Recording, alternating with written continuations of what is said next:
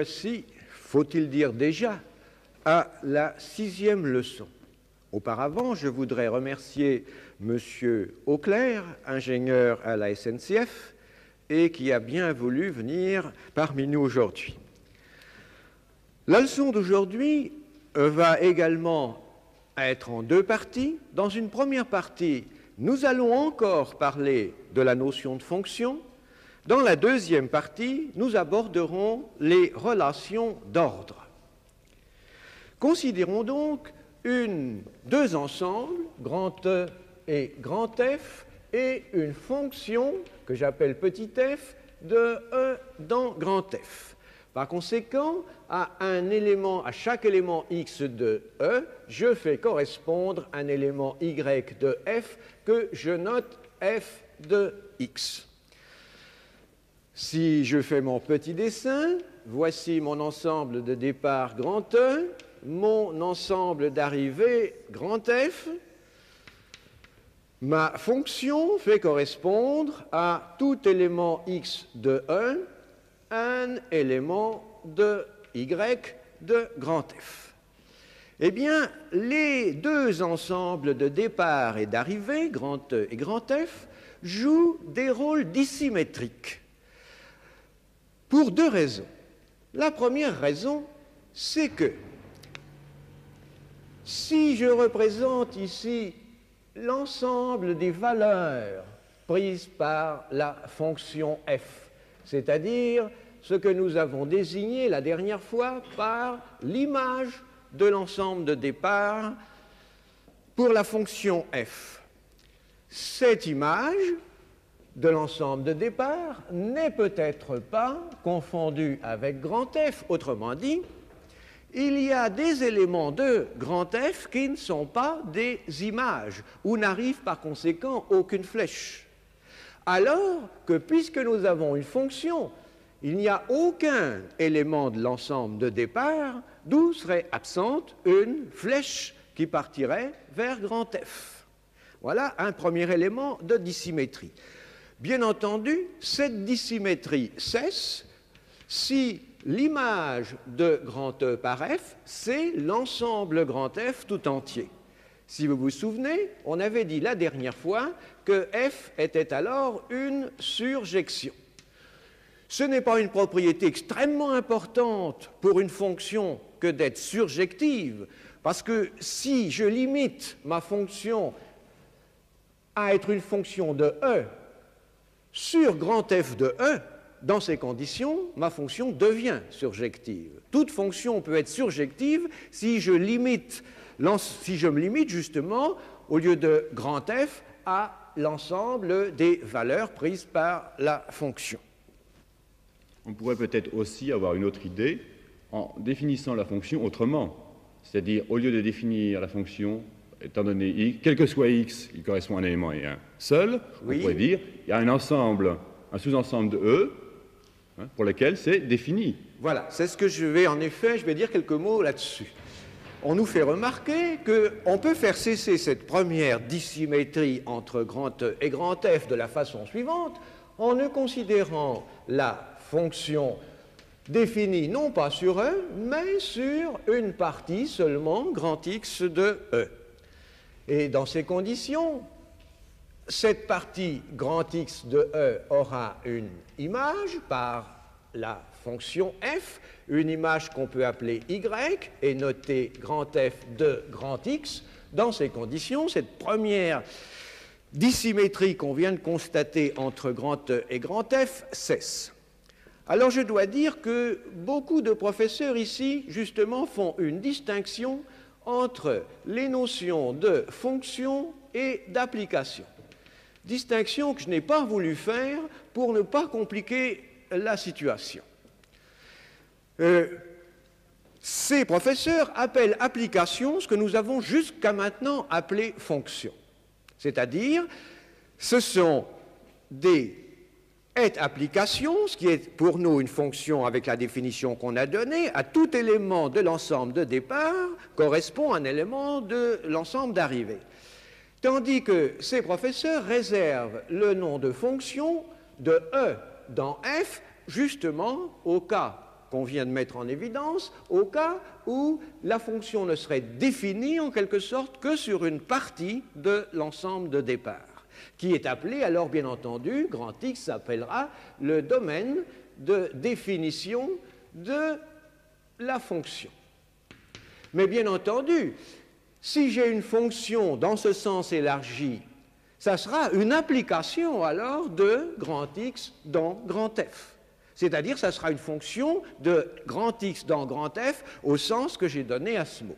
Par conséquent, je crois qu'on peut se limiter à la fonction telle que j'ai définie jusqu'à maintenant et par conséquent identifier ces deux notions de fonction et d'application. Tous les professeurs ne sont d'ailleurs pas d'accord pour faire cette distinction. Je vais alors maintenant vous montrer qu'il existe une deuxième sorte de dissymétrie dans le rôle joué par grand E et grand F. Donc, deuxième dissymétrie. En effet, de l'espace de l'ensemble de départ grand E, si j'ai à faire une fonction avec le sens que j'ai donné à ce mot, de tout point x de grand E part une flèche. Mais il se pourrait que deux points différents, disons x indice 1 et x indice 2, aient des images qui soient confondues.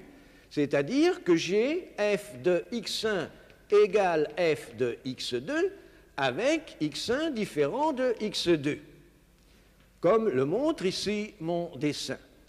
C'est-à-dire qu'il y a un deuxième type de dissymétrie, en sens que de grand E, de chaque point, par une flèche et une seule, tandis que dans grand F, il peut arriver plusieurs flèches au même point. Si ce cas ne se présente pas, cette deuxième dissymétrie va cesser. Et on vient de découvrir alors ce qu'on appelle des fonctions injectives. Je dirais qu'une fonction f de grand E vers grand F est injective, ou encore que c'est une injection de E dans F, si précisément, lorsque x1 est différent de x2, on a f de x1 différent de f de x2, c'est-à-dire deux éléments différents de l'ensemble de départ ont des images différentes. Bien entendu, il en résulte une chose qui est équivalent du point de vue logique avec ce qu'on vient d'écrire, c'est que si f d'x1 est égal à f d'x2 et que ma fonction est injective, ça va nécessairement impliquer que x1 est égal à x2. Parce qu'en effet, étant donné deux éléments x1 et x2, il n'y a que deux possibilités, ou bien ils sont égaux, ou bien ils sont distincts. S'ils étaient distincts, ça entraînerait que les images sont distinctes. Ce n'est pas le cas puisqu'elles sont confondues, par conséquent, il reste la seule possibilité x1 égale x2. Voilà les deux façons d'écrire, par conséquent, qu'une fonction est injective, ou est une injection. Eh bien, donnons un exemple.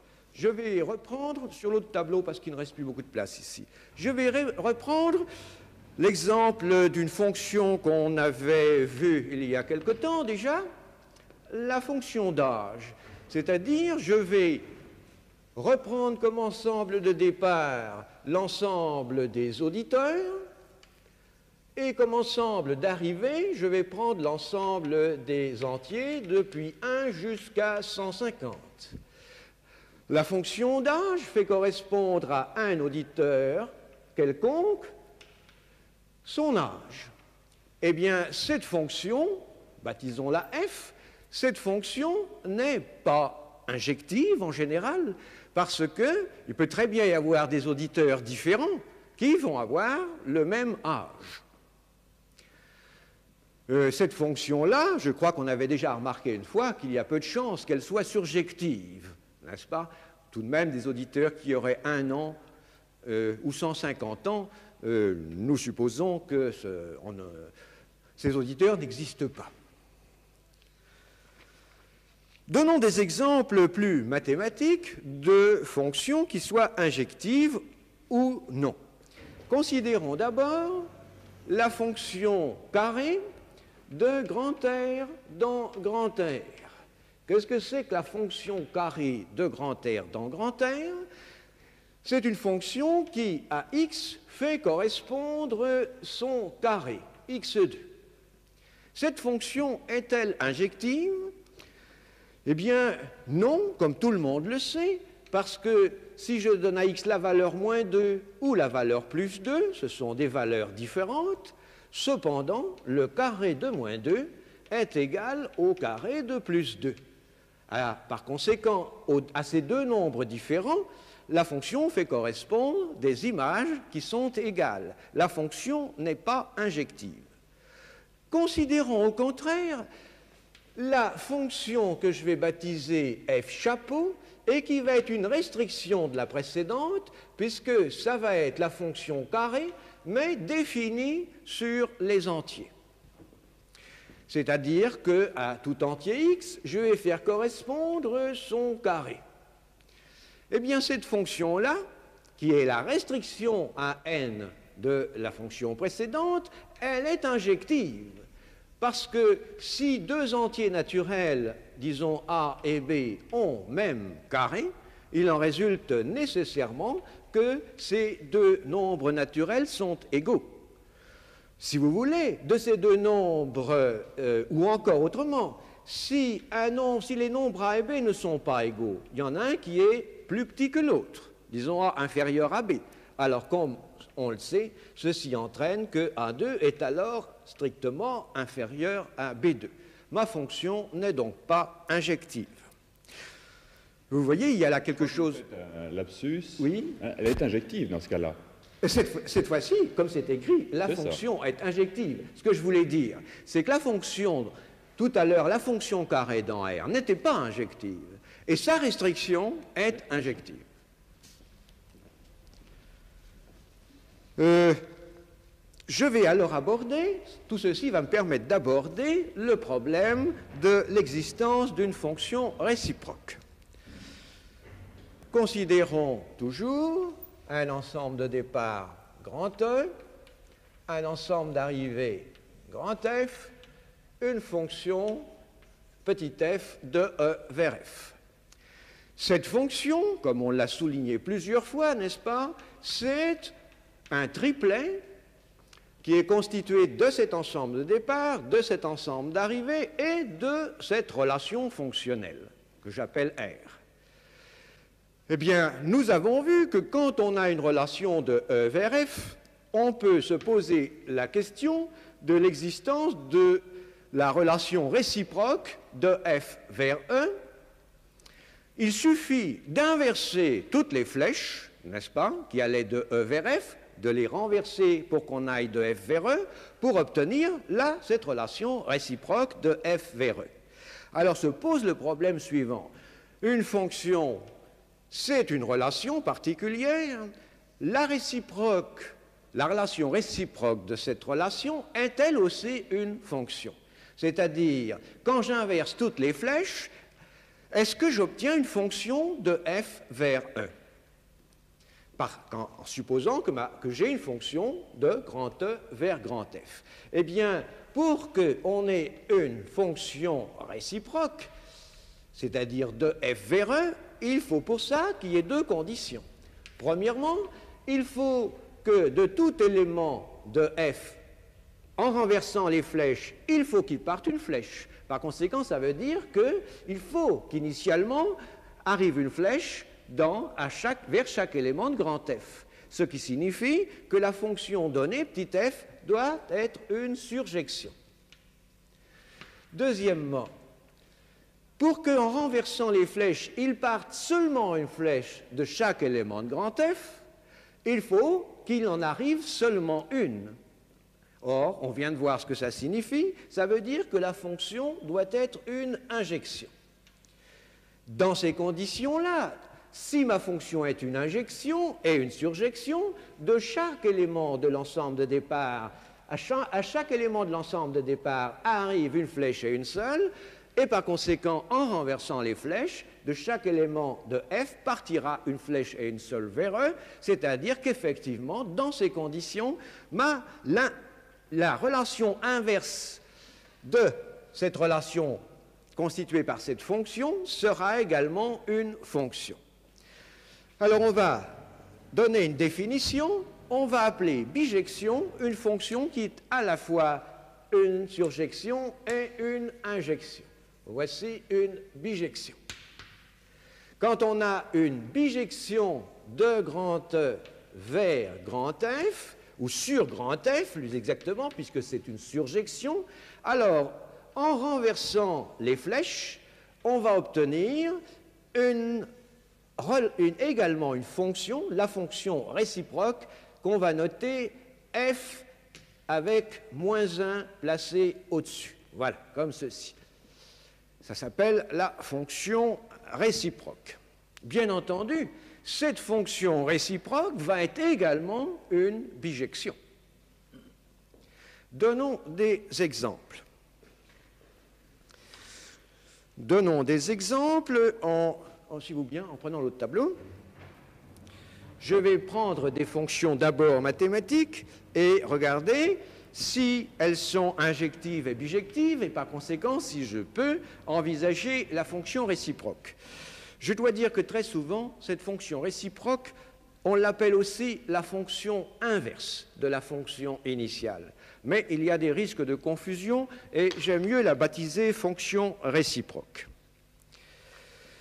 Eh bien, considérons cette fonction qu'on va baptiser f de grand R dans grand R, fonction très simple puisque à tout nombre, elle va faire correspondre le double de ce nombre. Cette fonction, comme on l'a déjà vu en exemple, c'est en effet une surjection. Une surjection parce que tout nombre réel peut être obtenu comme image, c'est l'image de sa moitié. Et c'est une injection parce que si deux nombres sont différents, les doubles de ces nombres sont différents. C'est donc bien une bijection. Et par conséquent, puisque c'est une bijection, il existe une fonction réciproque que je note donc f avec moins 1 placé au-dessus. Cette fonction réciproque, il suffit d'inverser les flèches, ça sera une fonction de R dans R, bien entendu, et elle fera correspondre à tout nombre, eh bien, sa moitié.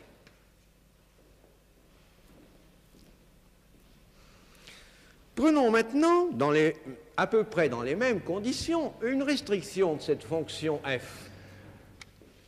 Envisageons toujours une fonction qui à tout nombre fait correspondre son double, mais cette fois-ci, l'ensemble de départ étant restreint à l'ensemble des entiers. Bien entendu, les valeurs de la fonction seront également des nombres entiers et des nombres entiers qui ne sont pas n'importe comment, ce sont des nombres entiers pairs.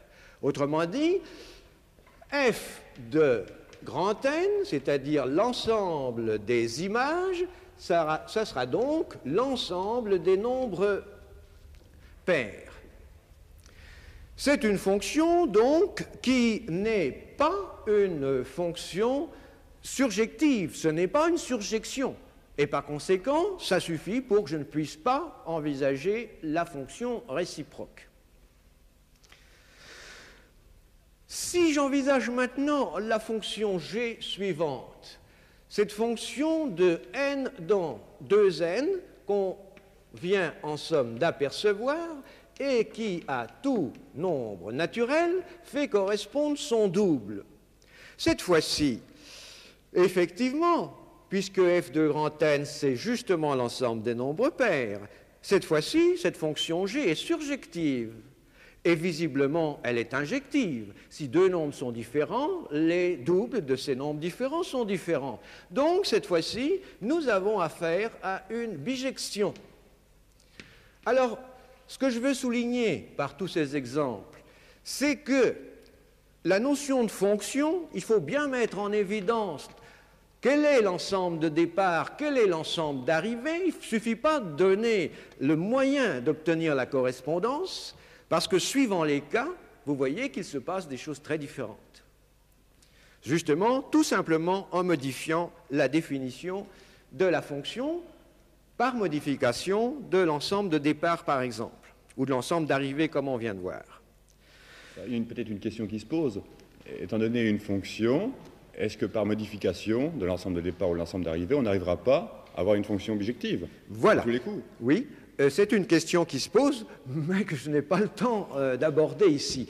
Mais c'est une question que tous les auditeurs qui ont essayé d'inverser, comme on dit, c'est-à-dire de chercher les fonctions réciproques des fonctions trigonométriques, en définissant les arcs sinus et arcs cosinus, eh bien, tous nos éditeurs se rappellent peut-être, ceux qui ont fait ça, combien ils ont souffert, n'est-ce pas? Et je crois que justement ces idées générales permettent de mieux comprendre ce qu'on fait quand on cherche à inverser, c'est-à-dire à trouver une fonction réciproque, dans le cas où justement, initialement, la fonction n'est pas une bijection. Eh bien, je ne voudrais pas en tout cas quitter l'exemple qu'on vient d'obtenir à l'instant sans faire une petite remarque. Cette fonction G, elle réalise une bijection de l'ensemble grand N, que je vais écrire ici, n'est-ce pas, d'au moins le départ, dans l'ensemble 2 fois grand N, c'est-à-dire les nombres pairs, etc. Nous avons une bijection. À tout élément du premier ensemble correspond un élément du second, et la bijection inverse, à tout élément du second, un élément du premier. Il y a, comme on disait autrefois, et comme on dit encore, malgré tout maintenant, il y a une correspondance bi-univoque entre ces deux ensembles. Or, regardez quelque chose de très curieux, c'est que le deuxième ensemble, 2n, c'est une vraie partie du premier ensemble. Vous avez donc, pour cet ensemble, grand N, l'existence d'une bijection sur une vraie partie de lui-même. Un tel phénomène ne peut pas se produire avec des ensembles finis. C'est ce que nous allons voir. Considérons en effet un ensemble fini, c'est-à-dire composé d'un nombre fini d'éléments. Prenons une partie grand A de cet ensemble.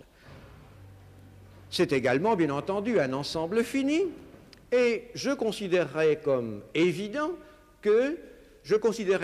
tout simplement parce que je n'ai pas défini de façon rigoureuse ce qu'on appelle le nombre d'éléments d'un ensemble ou encore son cardinal. C'est des notions que les auditeurs connaissent, n'est-ce pas? Par conséquent, je l'utilise. Bon, eh bien, je considère comme évident que le nombre d'éléments qu'il y a dans une partie de E, c'est-à-dire le cardinal de A, est inférieur ou égal au cardinal de E.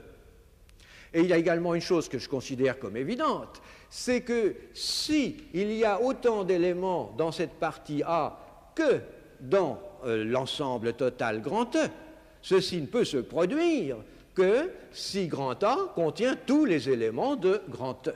C'est-à-dire une vraie partie a moins d'éléments que l'ensemble tout entier.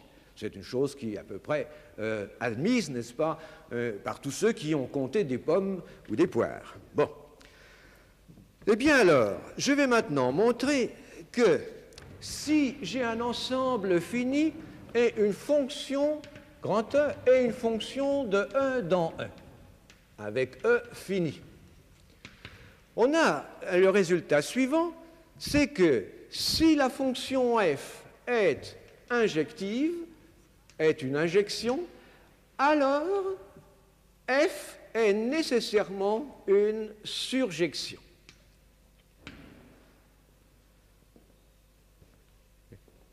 C'est ce que je vais montrer de la façon suivante. Prenons notre ensemble grand E. Considérons l'image de grand E par cette fonction f. Voilà, f de grand E.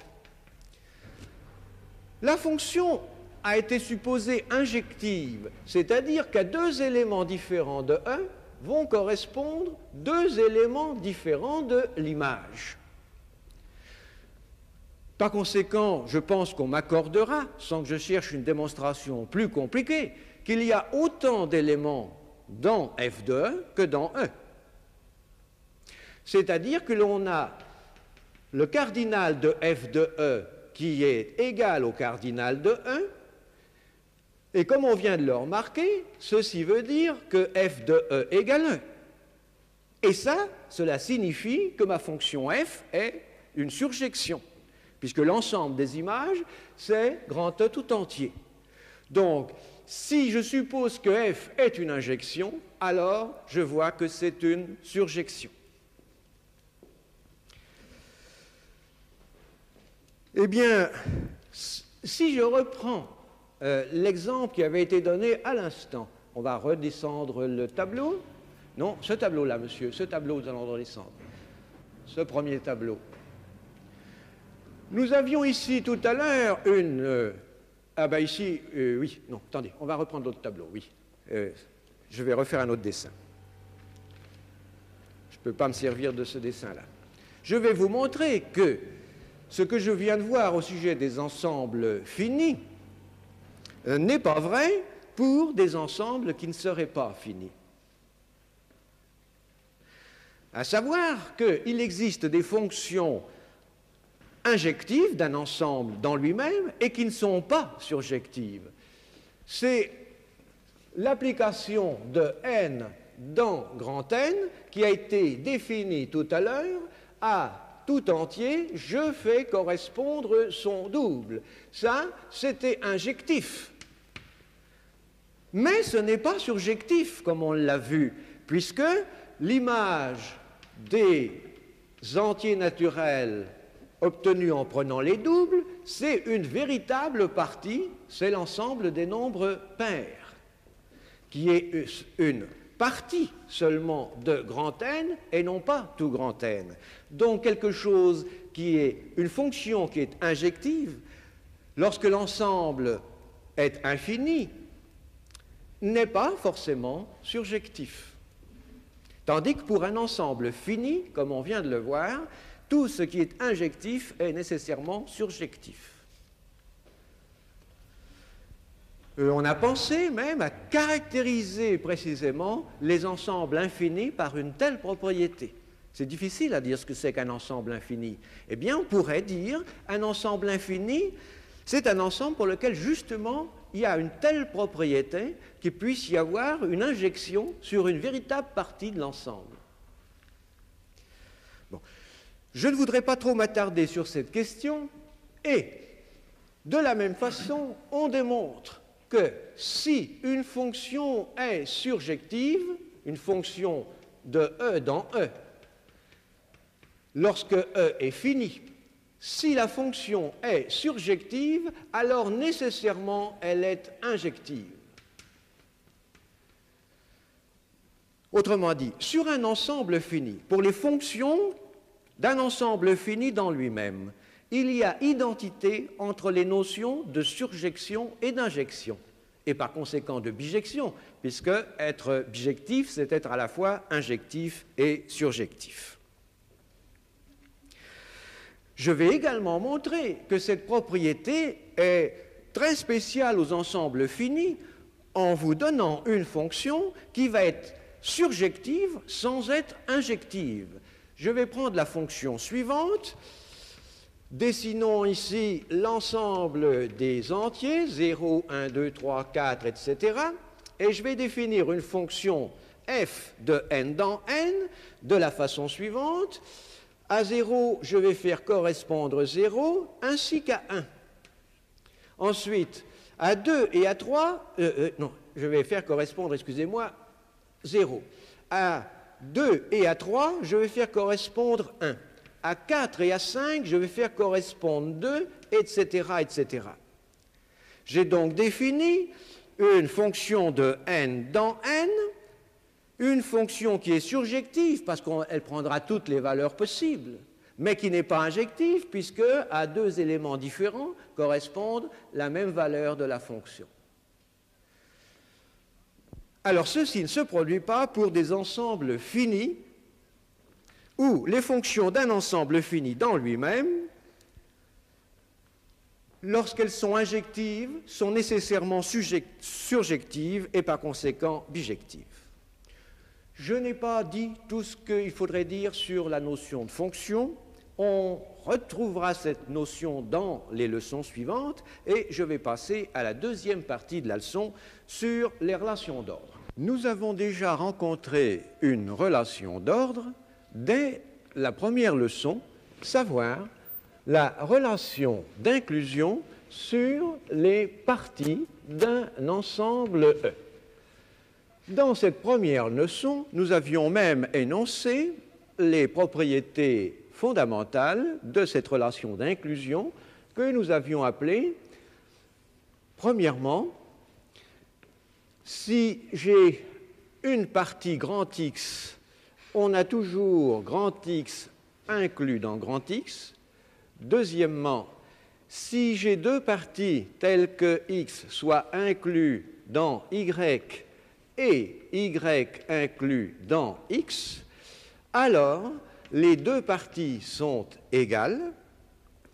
Troisièmement, si X est inclus dans Y et Y inclus dans la partie Z, alors X est inclus dans Z. Chacune de ces propriétés portant un nom. La première propriété, c'est la réflexivité de la relation. La deuxième propriété, c'est l'antisymétrie. Quant à la troisième propriété, elle s'appelle la transitivité. Je crois que vous vous trompez, transitivité. Transitivité. Merci. Eh bien, cette relation d'inclusion n'est pas la seule relation qui possède les propriétés que nous venons de réécrire. Considérons par exemple l'ensemble des entiers naturels, grand N, et comme relation, la relation être inférieur ou égal à. Cette inégalité possède évidemment les trois propriétés qu'on a déjà énoncées, savoir, pour tout entier naturel, x est inférieur ou égal à x. Deuxièmement, si l'entier x est inférieur ou égal à y, et si y est inférieur ou égal à x, alors les deux nombres x et y sont égaux. Et enfin, si x est inférieur ou égal à y et y inférieur ou égal à z, alors x est inférieur ou égal à z. On a strictement les mêmes propriétés que tout à l'heure. Par conséquent, nous allons généraliser cette notion de relation d'ordre de la façon suivante. Prenons un ensemble quelconque E, une relation R sur cet ensemble sera dit une relation d'ordre si on a les trois propriétés suivantes. Premièrement, la réflexivité. Pour tout x, élément de E, on aura XRX.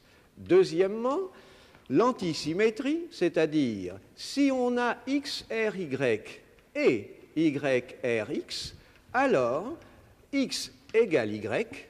Et troisièmement, la transitivité, si l'on a XRY et YRZ, alors on a XRZ.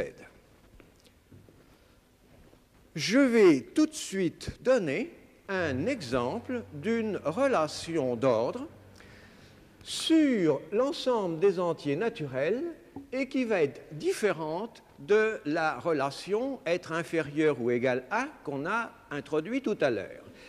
C'est une relation que je noterai par un trait vertical et qui signifiera la chose suivante. Je dirais que l'on a x trait vertical y pour signifier que x divise y. Donc, voici la relation, c'est x divise y. Exemple, 2 divise 6. Alors que 2 ne divise pas 7, je vais barrer ma relation d'inégalité, et d'ailleurs, 2 non plus, 7 ne divise pas non plus 2. Eh bien, il se trouve que cette relation de divisibilité est une relation d'ordre, comme on va le prouver. D'abord, je vais redire ce que signifie x divise y.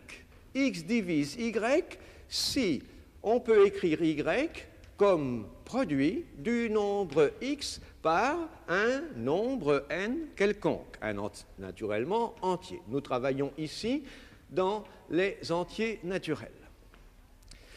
Alors prenons l'autre tableau pour montrer que cette relation est une relation d'ordre. Nous avons à vérifier qu'on a bien les trois propriétés. Premièrement, la réflexivité, à savoir x divise x. En effet, nous avons toujours x égale x multiplié par 1, qui est un entier naturel, et par conséquent, x divise x. Deuxièmement, il faut montrer que si x divise y et que y divise x, alors nécessairement x est égal à y. Ceci est très facile à prouver parce que, bien entendu, si x divise y, alors x est inférieur ou égal à y, puisque y est un multiple de x au moins égal à 1 fois x. Et si nous avons ici y qui divise x, alors y est inférieur ou égal à x. Mais nous avons vu que pour cette relation d'ordre sur les entiers, on a l'antisymétrie, c'est-à-dire que si on a à la fois ces deux relations, ceci entraîne x égale y. Maintenant, nous avons la troisième propriété, à savoir que si x divise y et si y divise z, alors nous devons montrer que x divise z. En effet, si x divise y, ceci signifie qu'il existe un entier, disons n, comme tout à l'heure, tel qu'on est y égale xn. Si y divise z, ceci signifie qu'il existe un entier, disons p, tel que z égale yp. Et par conséquent, nous allons avoir, en remplaçant ici y par xn, nous allons avoir z égale xnp. Je n'écris pas de parenthèse parce que cette opération de multiplication est associative. Nous avons donc ici le fait que x divise z comme on le voulait. Maintenant, c'est comme d'habitude, il ne faut pas croire que chaque fois qu'on a une relation, c'est une relation d'ordre. Et on est quelquefois tenté de croire que certaines relations sont des relations d'ordre. Par exemple, des relations qui introduisent une hiérarchie ou une domination. On peut penser qu'il s'agit là d'une relation d'ordre. Eh bien, prenons par exemple les poulets d'une basse-cour comme ensemble E.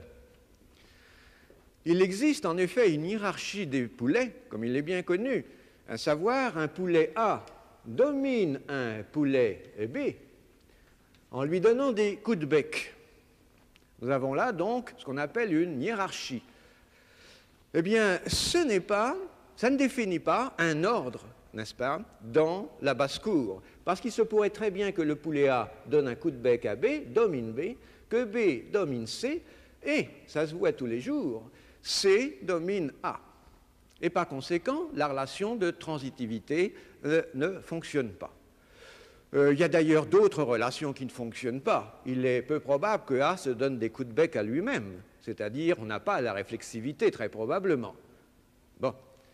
Mais en tout cas, l'élément qui est central dans la relation d'ordre, c'est-à-dire la transitivité, n'existe pas avec cette simple considération de domination ou de hiérarchie. Si on a un ensemble, est-ce qu'on peut toujours munir cet ensemble d'une relation d'ordre? Oh, très simplement. Pour avoir une relation d'ordre sur un ensemble grand E, eh bien, j'ai qu'à considérer, si vous voulez, la simple relation d'égalité. Cette relation d'égalité, elle vérifie la première relation. On a toujours x égale x. Elle est réflexive. Bon, alors, elle est évidemment aussi... il se trouve ici que cette relation est à la fois symétrique et antisymétrique. Et il n'y a pas de transitivité, n'est-ce pas? Puisque, bon, maintenant, je n'ai pour avoir une relation d'ordre sur un... Si vous voulez, ce n'est pas très intéressant, celle-là, parce que je n'aurais pas dessiné de flèche. Ici, ma flèche signifie que A domine B. Bon, j'espérais une relation d'ordre que je n'ai pas obtenue. Mais je n'ai qu'à dessiner, pour avoir une relation d'ordre sur E, je n'ai qu'à dessiner deux éléments 1B. Alors, pour respecter la réflexivité, nous allons faire ça. Mais, voyez-vous, je n'ai pas ici utilisé la transitivité. Bon. Évidemment, c'est le cas le moins intéressant. Il faudrait, pour qu'on puisse commencer vraiment à voir l'ordre, il faut qu'on commence à voir la transitivité. C'est-à-dire, il faut, dans le fond, qu'il y ait au moins trois éléments. C'est-à-dire que la transitivité se verra sur ce petit schéma où j'aurai A, disons, inférieur ou égal à B, ou B inférieur ou égal à C, et par conséquent A inférieur à C, avec les petites boucles qui marquent la réflexivité de ma relation. D'autre part, si on a une relation d'ordre, quelle est la relation réciproque? Si on a une relation d'ordre, on peut définir effectivement, comme pour toute relation, une relation réciproque. À savoir, donnons l'exemple sur N de cette relation être inférieur ou égal à, qui est une relation d'ordre. Je vais appeler R la relation réciproque de cette relation d'ordre. Qu'est-ce que ça signifie? Ça voudra dire que j'aurai X, R, Y, par définition, si et seulement si j'ai Y inférieur ou égal à X. Eh bien, cette relation réciproque, c'est donc, on la note très souvent, n'est-ce pas, X, on la note très souvent, attention, ici j'ai fait une faute, justement parce que je vise la relation d'ordre contraire, et on aura X inférieur ou égal à Y. Merci. À quelles conditions? C'est la relation réciproque de la relation que j'avais ici. Cette relation que j'ai ici, elle s'écrit pour deux éléments, X inférieur ou égal à Y. Par conséquent, la relation réciproque, on va la noter R, c'est quand j'aurai cette équivalence X inférieur ou égal à Y, c'est la même chose que Y Rx. Or, cette relation, c'est évidemment être supérieur ou égal à X. Il est très facile de vérifier que la relation réciproque d'une relation d'équivalence, d'une relation d'ordre, je veux dire, c'est aussi une relation d'ordre. Les trois propriétés se vérifient immédiatement et je ne vais pas insister sur ce point. Alors maintenant, nous allons prendre l'autre tableau pour ça. Il y a un point sur lequel je voudrais insister, c'est que les ordres dont j'ai parlé, par exemple, l'ordre défini par inclusion sur les parties d'un ensemble, et l'ordre être inférieur ou égal à sur les nombres entiers, eh bien, ces ordres ne possèdent tout de même pas toutes les mêmes propriétés.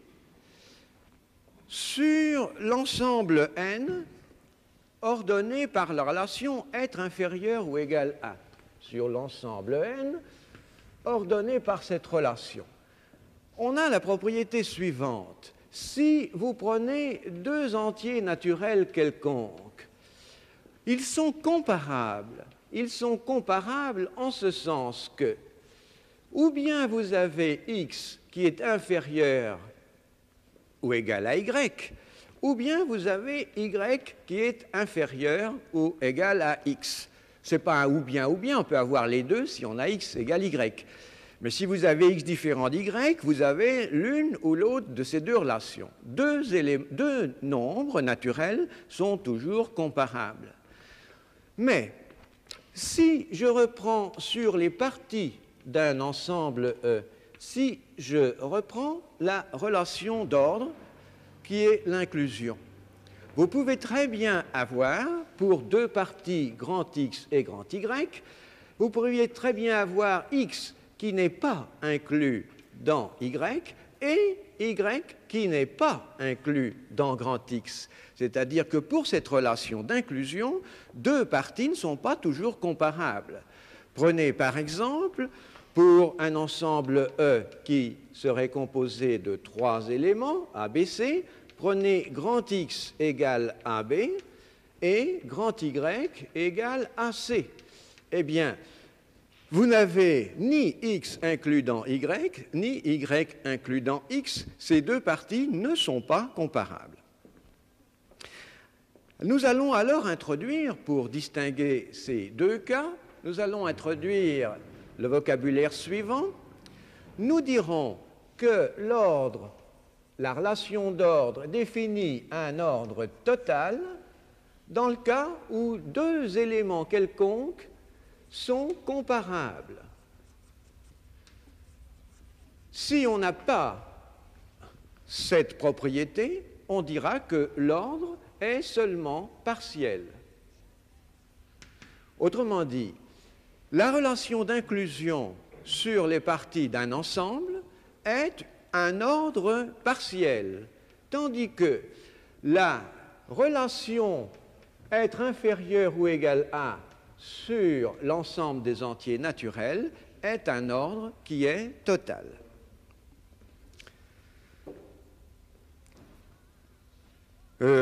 Autrement dit, nous venons de découvrir un quatrième axiome qui pourrait être ajouté.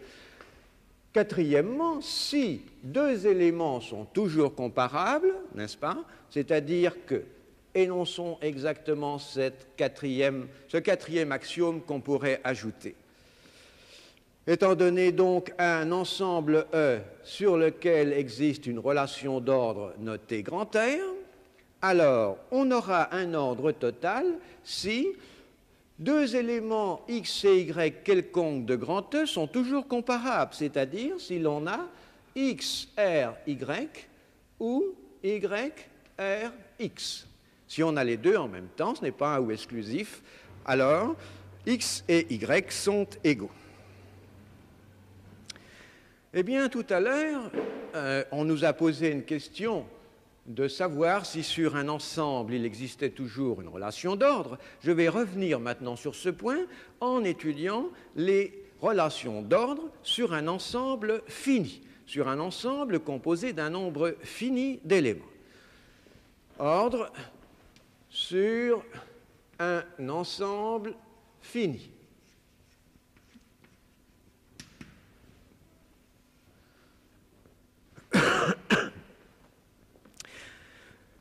Si vous permettez, cet ensemble, nous allons l'appeler grand E, et la relation d'ordre, bien que grand E ne soit pas l'ensemble des entiers naturels, très souvent, une relation d'ordre, on la représente par le même signe, inférieur ou égal à, que sur les entiers naturels. C'est ce que je vais faire.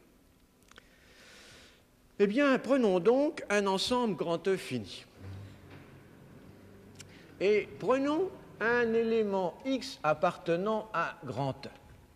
Nous dirons que cet élément X est un élément minimal s'il n'existe pas d'élément de E qui soit inférieur ou égal à X, autre que X, bien entendu. C'est-à-dire, X sera minimal si Y inférieur ou égal à X entraîne Y égale X.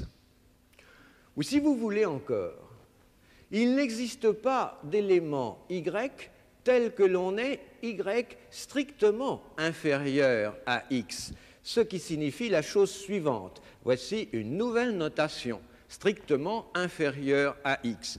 Y strictement inférieur à X signifie que l'on a Y inférieur ou égal à X, c'est la relation d'ordre, mais que Y est différent de X. Donc, un élément X sera dit minimal si il n'existe pas d'élément différent de X et qui soit inférieur ou égal à X. Supposons, alors bien entendu, il existe. Ce qu'on va montrer, c'est que sur un ensemble fini, il existe toujours au moins un élément minimal. En effet, si l'élément X qu'on a choisi n'est pas minimal, ça veut dire qu'il existe alors un élément de E différent et qui soit strictement inférieur à X.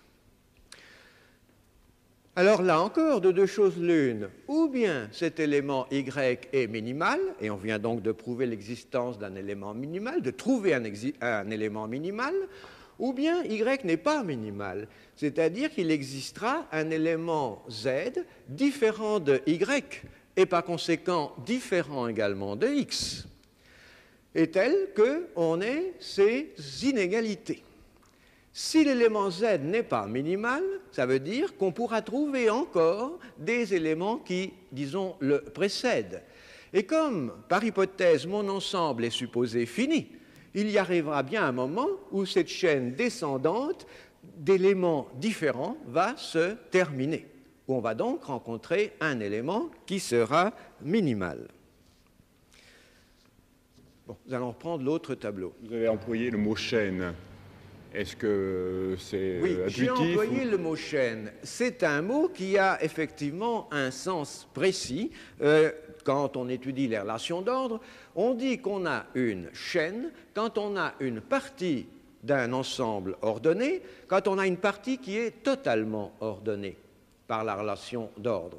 Alors ici, effectivement, c'était le cas avec ma chaîne qui descendait. Je ne voudrais pas qu'on absorbe trop de mots, n'est-ce pas? C'est pourquoi j'avais employé ce mot chaîne comme ça en passant.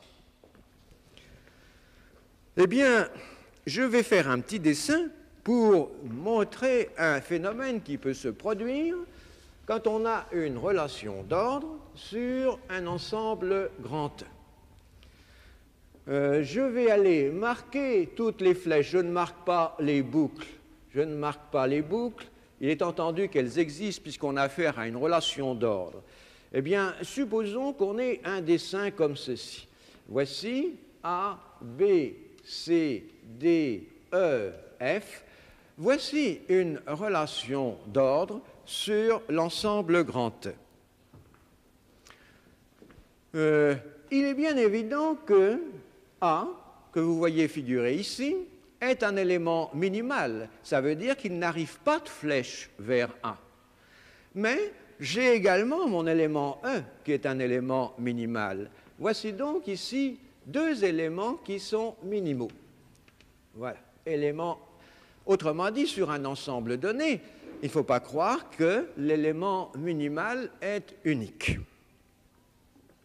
Bien entendu aussi, on pourrait parler d'élément maximal, qui serait l'image contraire, n'est-ce pas, de l'élément minimal. Et nous voyons ici un élément C qui est un élément qui est maximal, tout simplement parce qu'il ne part pas de flèche de C. Nous voyons ici un élément qui est également maximal parce qu'il ne part pas de flèche. Il y aurait simplement la boucle, bien entendu.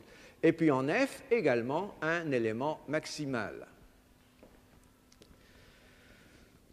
Eh bien, voici ce qui peut se produire avec une relation d'ordre, ce qui suggère déjà que les relations d'ordre sur un ensemble sont compliquées. Un ordre total, si un ordre est total sur un ensemble, il va se passer alors que l'élément minimal qui existe sur un ensemble fini, bien entendu, que cet élément minimal va être unique. En effet, supposons que vous ayez deux éléments A et B, chacun étant minimal. On va montrer qu'ils sont égaux. En effet, comme l'ordre est total, ces deux éléments sont comparables. Comme A est minimal, vous avez B qui ne peut pas être inférieur à A. Par conséquent, vous allez avoir A inférieur ou égal à B. Mais pour la même raison, si B est minimal, vous avez B qui est inférieur ou égal à A. Et ceci entraîne A égale B. C'est-à-dire, il existe sur un ensemble totalement ordonné un élément minimal et un seul. C'est le plus petit élément de l'ensemble, parce que, étant donné